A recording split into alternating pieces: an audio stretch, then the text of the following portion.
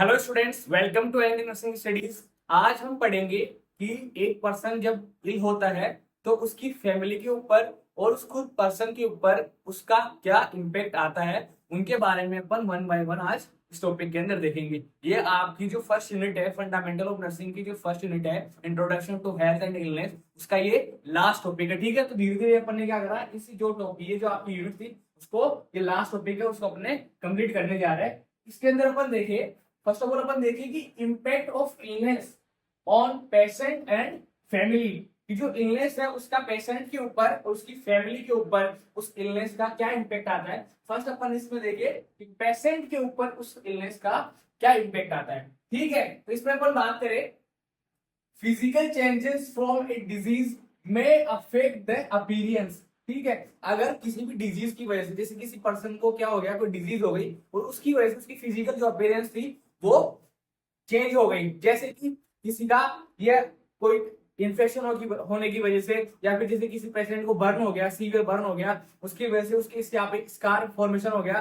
तो ये जो स्कार फॉर्मेशन हुआ, या फिर किसी इन्फेक्शन की वजह से उसका हाथ जो था एम्पुटेट करना पड़ा, काटना पड़ा, तो उसकी वजह से जो उसकी फिजिकल अपीयरेंस जो चेंज हुई, उसकी वजह से क्या होता है, the changes can turn A positive self image into a poor one. उसकी वजह से जो उसकी पॉजिटिव जो सेल्फ इमेज थी वो क्या हो गई, धीरे धीरे चेंज हो गई। ठीक है, आगे अपन बात करें इसकी वजह से क्या होगा, mood disorder such as depression and anxiety are common complaint of people with chronic condition. तो इस सिचुएशन में क्या होता है, अब जैसे आपको पता है, अगर ऐसी कोई सिचुएशन आ गई, जैसे कोई पर्सन है उसका हाथ कटा हुआ है, कोई भी स्कार फॉर्मेशन हुआ हुआ है, उसकी वजह से उसका क्या होगा कि वो डिप्रेस हो जाएगा। धीरे धीरे वो क्या करेगा, अपनी जो भी नॉर्मल डेली लिविंग एक्टिविटीज है वो प्रॉपर तरीके से नहीं कर पाएगा। क्यों? क्योंकि वो क्या हो गया, उसका जो सेल्फ इमेज थी वो धीरे धीरे डिस्टर्ब होती गई। आगे अपन बात करें, chronic illness can also influence the ability to work. ठीक, अगर किसी पर्सन को कोई क्रोनिक इलनेस है, जैसे कोई उसको बीमारी ऐसी जो लंबे समय से चलती आ रही है, तो धीरे धीरे उसकी जो काम करने की कोई भी फंक्शनिंग कैपेसिटी है वो क्या होगा, धीरे धीरे कम होती जाएगी वहां पे। ठीक है, तो क्रोनिक इलनेस क्या करती है, उसकी जो काम करने की जो एबिलिटी होती है उसको क्या करती है, अफेक्ट करती है, वहां पे उसकी काम करने की एबिलिटी को कम करती है। आगे अपन बात करें कैसे कम करेगी, कि अगर जैसे कोई पर्सन है जिसको क्रोनिक इलनेस है, उसके अंदर बॉडी के अंदर क्या देखने को मिलेगा आपको, वहां पे मॉर्निंग स्टिफनेस। ठीक है, उसका जो भी, जब वो सुबह उठेगा तो उसकी बॉडी क्या कर पाएगी, सही से वर्क नहीं कर पाएगी, और साथ ही साथ उसकी जो बॉडी के रेंज ऑफ मोशंस है, उसमें जो भी हाथ पैर वगैरह सही तरीके से मूव करते हैं वो वहां पे नहीं हो पाएगा। ठीक है, उसका रेंज ऑफ मोशन क्या होगा, कम हो जाएगा। And other physical limitations may force to change the work activities and environment। साथ ही साथ जो अदर जो फिजिकल जो उसके अंदर क्या होगी, लिमिटेशंस आएगी। क्यों? क्योंकि उसके जो भी बॉडी के ऑर्गन्स है वो सही तरीके से काम नहीं कर पा रहे हैं। जनरली आप देखते हो कि आप जो अपने काम करते हो अपने हाथों से, अपने पैरों की मदद से करते हो। अब आप मान के चलोगे कि उस पर्सन का एक हाथ कट चुका है, तो वो जो भी अपने डेली लिविंग के जो काम कर पा रहा था वो क्या हो गए, लिमिट हो गए, वो उनको सही से परफॉर्म नहीं कर पाएगा। ठीक है, क्योंकि उसको डिफिकल्टी रहेगी वहां पे एक हाथ से काम करने में। ठीक है, तो उनकी वजह से उसकी क्या होगी, जो भी डेली वर्क एक्टिविटीज थी, ठीक है, एनवायरमेंट के अंदर, वो क्या होगी, वहां पे आपको वो चेंजेस देखने को मिलेंगे। ठीक है, आगे अपन बात करें, a decrease ability to work में also lead to financial problem. जैसे मैंने आपको बताया कि जो भी आप अपन काम करते हैं, अगर वो क्या होगा, अगर उसका जो बॉडी इमेज है वो चेंज हो चुका है, तो वो जो भी काम, जैसे कोई भी ऑक्यूपेशन करता था, कोई किसी भी काम पे जाता था, तो वहां पे उसको फिजिकल काम करना पड़ेगा, फिजिकली काम करना पड़ेगा, जो भी आपके ऑर्गन्स वगैरह, जो जैसे हाथ हो गया, हाथ से काम करना पड़ेगा। अब उसका एक हाथ एम्पुटेट हो चुका है, तो क्या करेगा, वो सही से काम नहीं कर पाएगा, जिसकी वजह से उसके ऊपर फाइनेंशियल प्रॉब्लम्स भी वहां पे आपको देखने को मिलेगी। ठीक है, अगर वो काम ही नहीं कर पाएगा तो वो कमा भी नहीं पाएगा। Stress can build and can shape the feeling about life. ठीक है, साथ ही साथ वो स्ट्रेस में रहने लग जाएगा, जिसकी वजह से वो उसकी जो लाइफ है, आगे की लाइफ है, वो धीरे धीरे चेंज हो जाएगी। ठीक है, क्योंकि वो कोई भी काम सही तरीके से नहीं कर पाएगा, तो वो क्या होगा, डिसअपॉइंट हो जाएगा। आगे आगे अपन बात करें, prolong stress can lead to frustration, जिसकी वजह से अगर वो काम नहीं कर पाएगा तो वो क्या होगा, फ्रस्ट्रेट हो जाएगा, उसके अंदर एंगर होगा, वो होपलेस हो जाएगा, एंड साथ ही साथ वहां पे आपको उसके अंदर डिप्रेशन देखने को मिलेगा। तो ये अपन ने देखा कि एक पेशेंट जब इस सिचुएशन से गुजरता है, जब उसकी कोई डिजीज हो जाती है उसको, तो उस कंडीशन में क्या होता है कि वो क्या कैसे वो जो इलनेस है उसके ऊपर इफेक्ट डालती है। फर्स्ट पॉइंट में अपन ने उसके बारे में बात करी, ठीक है। तो जब इलनेस होती है तो वो क्या होगा, फ्रस्ट्रेट हो जाएगा उस इलनेस से, उसको गुस्सा आएगा अपनी उस सिचुएशन पे, साथ ही साथ वो उसका किसी भी काम में मन नहीं लगेगा, एंड उसके साथ साथ वहां पे आपको उसके अंदर डिप्रेशन एंड जो भी एंजाइटी वगैरह है वो आपको देखने को मिलेगी वहां पे। आगे अपन बात करें उसकी फैमिली के ऊपर उस इलनेस का क्या इफेक्ट आएगा, उसके अंदर हम बात करें बिहेवियरल एंड इमोशनल चेंजेस, ठीक है। People react differently to illness. जितने पर्सन होते हैं फैमिली के अंदर वो सब क्या होते हैं, अलग अलग तरीके से उस इलनेस के प्रति क्या करते हैं, डिफरेंट तरीके से रिएक्ट करते हैं, ठीक है। जैसे कि अगर जैसे आप मान के चलो कि एक पर्सन है जो उस फैमिली का मेन मेंबर है, वही कमाता है, वही सारे काम करता है, अगर उसको इलनेस हो गई, उसके साथ अगर कुछ गलत हो गया, तो क्या होगा, उसके आसपास जितने भी सराउंडिंग में जो भी इंडिविजुअल उसके फैमिली मेंबर्स है वो क्या होंगे, अलग अलग तरीके से सोचेंगे, ठीक है। उसकी वजह से individual behavioural and emotional reactions behind depends on the nature of the illness, ठीक है। अब जो ये आपको जो उसके जो भी उसका जो इमोशनल एंड जो उसके बिहेवियरल रेस्पॉन्स है वो कितने तरीके से बदलेंगे, कैसे कैसे आएंगे, वो क्या किसके ऊपर डिपेंड करता है। जैसे अगर कोई पर्सन है, अगर उसकी डिसेबिलिटी हो चुकी है, अगर वो हैंडीकैप हो गया है, उस सिचुएशन में क्या होगा, जो भी उसके अंदर जो उसका इमोशनल और उसका बिहेवियरल जो रिएक्शंस है वो क्या करेंगे, आपको वहां पे चेंजेस देखने को मिलेंगे, ठीक है। तो ये सीवियरिटी ऑफ डिजीज पे डिपेंड करता है कि आपको उसके इमोशनल और उसके बिहेवियर में आपको और उसकी फैमिली के अंदर कितना चेंजेस देखने को वहां पे मिलेगा। आगे अगर बात करें such as severe illness particularly one that life threatening can lead to more extensive emotional and behavioral changes such as anxiety, anger and withdrawal। कि अपन ने बात करी कि क्या कि अगर अब उस सिचुएशन में अगर इंडिविजुअल को कोई सीवियर इंजरी हो चुकी है, कोई सीवियर डिजीज है, कोई क्रोनिक इलनेस है उसको, तो उस सिचुएशन में क्या होगा, जो इमोशनल और उसके बिहेवियर चेंजेस आएगी वो भी आपको वहां पे ज्यादा देखने को मिलेंगे, ठीक है। तो उस सिचुएशन में मैं अभी आपको बताया कि वहां पे एंजाइटी, एंगर और विड्रॉवल, उसका किसी भी काम में मन नहीं लगेगा, तो वहां से वो क्या करेगा, खुद को विड्रॉवल कर लेगा, ठीक है, क्योंकि वो कोई काम सही तरीके से नहीं कर पाएगा। आगे अपन बात करें impact of family roles. When an illness occur, the role of client and family may changes. जब भी कोई इलनेस अकर होती है, कोई भी इलनेस होती है, तो वहाँ पे फैमिली का और जो पेशेंट है उसका क्या हो जाता है, रोल चेंज हो जाता है। And individual and family generally adjust more easily to short term changes, ठीक है। जब भी ऐसी सिचुएशन आ रही है, आपको पता है अगर कोई एक्यूट इलनेस है, कोई शॉर्ट टर्म इलनेस है, उस सिचुएशन में क्या होता है कि जो भी पर्सन की फैमिली है या फिर जो पर्सन है वो इजीली वहां पे एडजस्ट हो जाते हैं, किसकी तुलना में अगर कोई क्रोनिक इलनेस हो रही है, ठीक है। तो क्या करेंगे, कोई शॉर्ट टर्म इलनेस है तो वहां पे क्या करेंगे, इजीली एडजस्ट हो जाते हैं। Short term changes in most cases they know that the role changes is only temporary, क्योंकि उनको पता होता है कि ये जो इलनेस है वो क्या है, थोड़े टाइम के लिए है, तो वो वहां पे इजीली एडजस्ट हो जाते हैं। इसकी तुलना में अगर अपन बात करें आगे, long term changes however require an adjustment process similar to the grief process।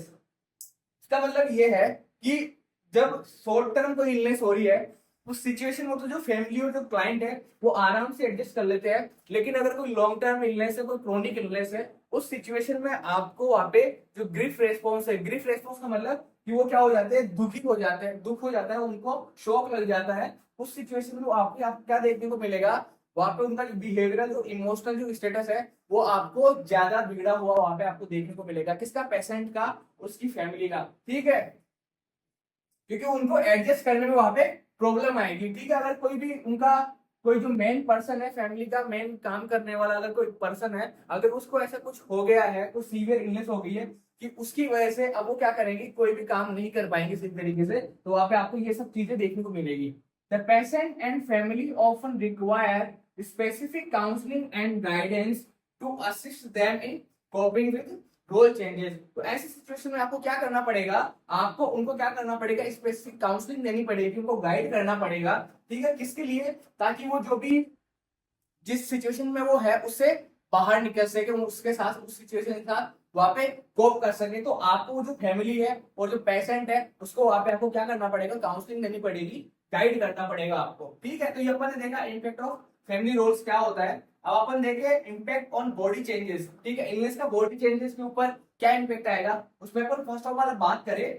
Some illness result in changes in physical appearance. जैसे कि मैंने आपको बताया कि कुछ ऐसी इलनेस हो गई जिसकी वजह से उसकी जो फिजिकल अपीयरेंस थी वो वहां पे चेंज हो गई। तो आगे अपन बात करें and patients and family react differently to the changes. उसकी वजह से क्या होगा कि जो भी पेशेंट है और जो फैमिली है वो क्या करेगी, डिफरेंट तरीके से उसको जो मेंटली स्टेटस है उनका वो क्या करेगी, अलग अलग तरीके से वहां पे चेंज होगा। ठीक है, उसके लिए अलग अलग तरीके से उस जो सिचुएशन है उसमें सब लोग अलग अलग तरीके से रिएक्ट करेंगे। ठीक है, आगे अपन बात करें when changes in body image अगर such as result from a leg amputation, कि जैसे कि कैसे अभी कैसे जो भी सीवियर इलनेस है, कोई सीवियर इंजरी हो गई है, ठीक है, तो वो कैसे अफेक्ट करेगी। इसमें अपन बात करें कि उसकी बॉडी चेंजेस है, बॉडी इमेज वो चेंज होगी किस वजह से, उसका क्या हो गया, लेग एम्पुटेशन हो गया। ऐसी कोई क्रॉनिक इलनेस थी या फिर कोई भी ऐसी इंजरी थी जिसकी वजह से उसका जो पैर था वो क्या करना, एम्पुट करना पड़ा वहां पे। उसकी वजह से क्या होगा, the patient generally adjust in following phase.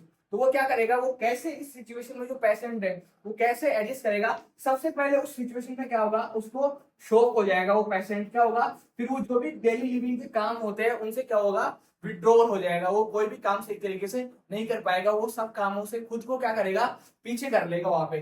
फिर उसको एक्नॉलेजमेंट होगा, फिर धीरे धीरे वो क्या करेगा, उस सिचुएशन को एक्सेप्ट कर लेगा। ठीक है, एंड उसके बाद उसका क्या होगा, रिहेबिलिटेशन होगा। उसको क्या होगा, उसको क्या, जैसे अपन बात करें कि उसको काउंसलिंग देके उसको गाइड करके उसको अपन क्या करेंगे, धीरे धीरे उसको उसका जो भी इमोशनल स्टेटस है, उसका जो बिहेवियरल स्टेटस है, उसको अपन क्या करने की वापस से रिवर्ट करने की क्या करेंगे, कोशिश करेंगे, जिससे कि वो क्या कर सके, वो अपना जो भी डिप्रेशन है या जो होपलेसनेस है, जो फ्रस्ट्रेशन है, जो एंगर है उस सिचुएशन को लेके, उनसे क्या हो सके, वो ठीक हो सके।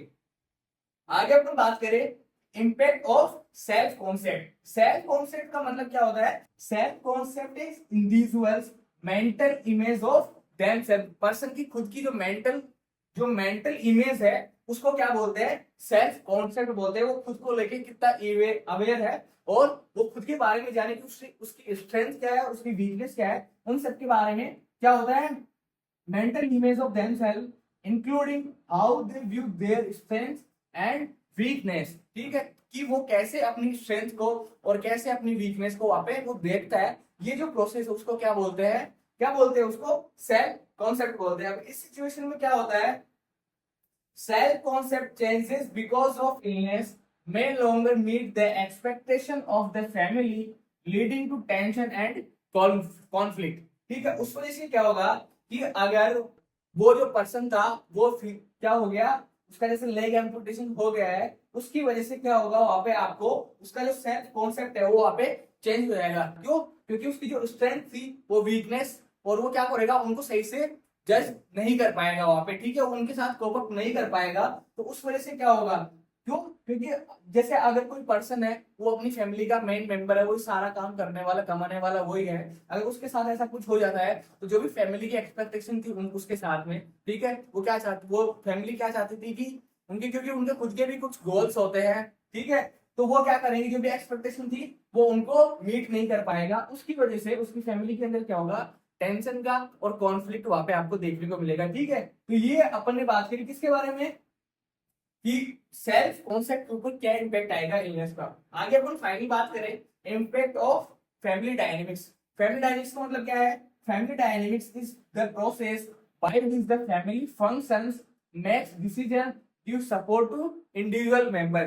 फैमिली डायनेमिक्स का मतलब क्या है कि जो फैमिलीज होती है उनके अंदर कैसे वो काम करती है, कैसे जो फैमिली के जो मेंबर्स हैं वो कैसे एक दूसरे के साथ कोऑर्डिनेट करके डिसीजंस बनाते हैं, साथ ही साथ एक दूसरे को सपोर्ट करते हैं। ठीक है, तो ये सब कुछ फैमिली डायनेमिक्स में क्या होगा, उसके अंदर कैसे चेंज आएगा। जैसे अभी मैंने आपको बताया कि जो भी एक पर्सन था उसकी क्या होगी, जो भी एक्टिविटीज थी वहां पे अफेक्ट होगी। क्यों, क्योंकि उसकी जो भी डेली की एक्टिविटीज थी वो कर नहीं पाएगा। क्यों, क्योंकि उनकी जो फैमिली टेंशन है वो वैसे ही बढ़ी हुई है, तो ना तो वो कोई भी जो डिसीजन है किसी भी चीज को लेके वो वहां पे कर पाएंगे, और जो भी फैमिली है वो सही तरीके से वहां पे फंक्शन नहीं कर पाएगी। तो ये अपन ने देखा लास्ट टॉपिक आपकी इस यूनिट का, कि जो इलनेस होती है उसका पर्सन के ऊपर और उसकी फैमिली के ऊपर क्या इम्पेक्ट आता है। इसके साथ ही अपनी जो फर्स्ट यूनिट है वो अपन ने कंप्लीट कर ली, और इसके जो भी कंप्लीट नोट्स है वो आपको मिलेंगे डिस्क्रिप्शन बॉक्स में। तब तक के लिए बने रहिए हमारे साथ, और नेक्स्ट क्लास में मिलेंगे अपन एक नए टॉपिक के साथ। Thank you so much.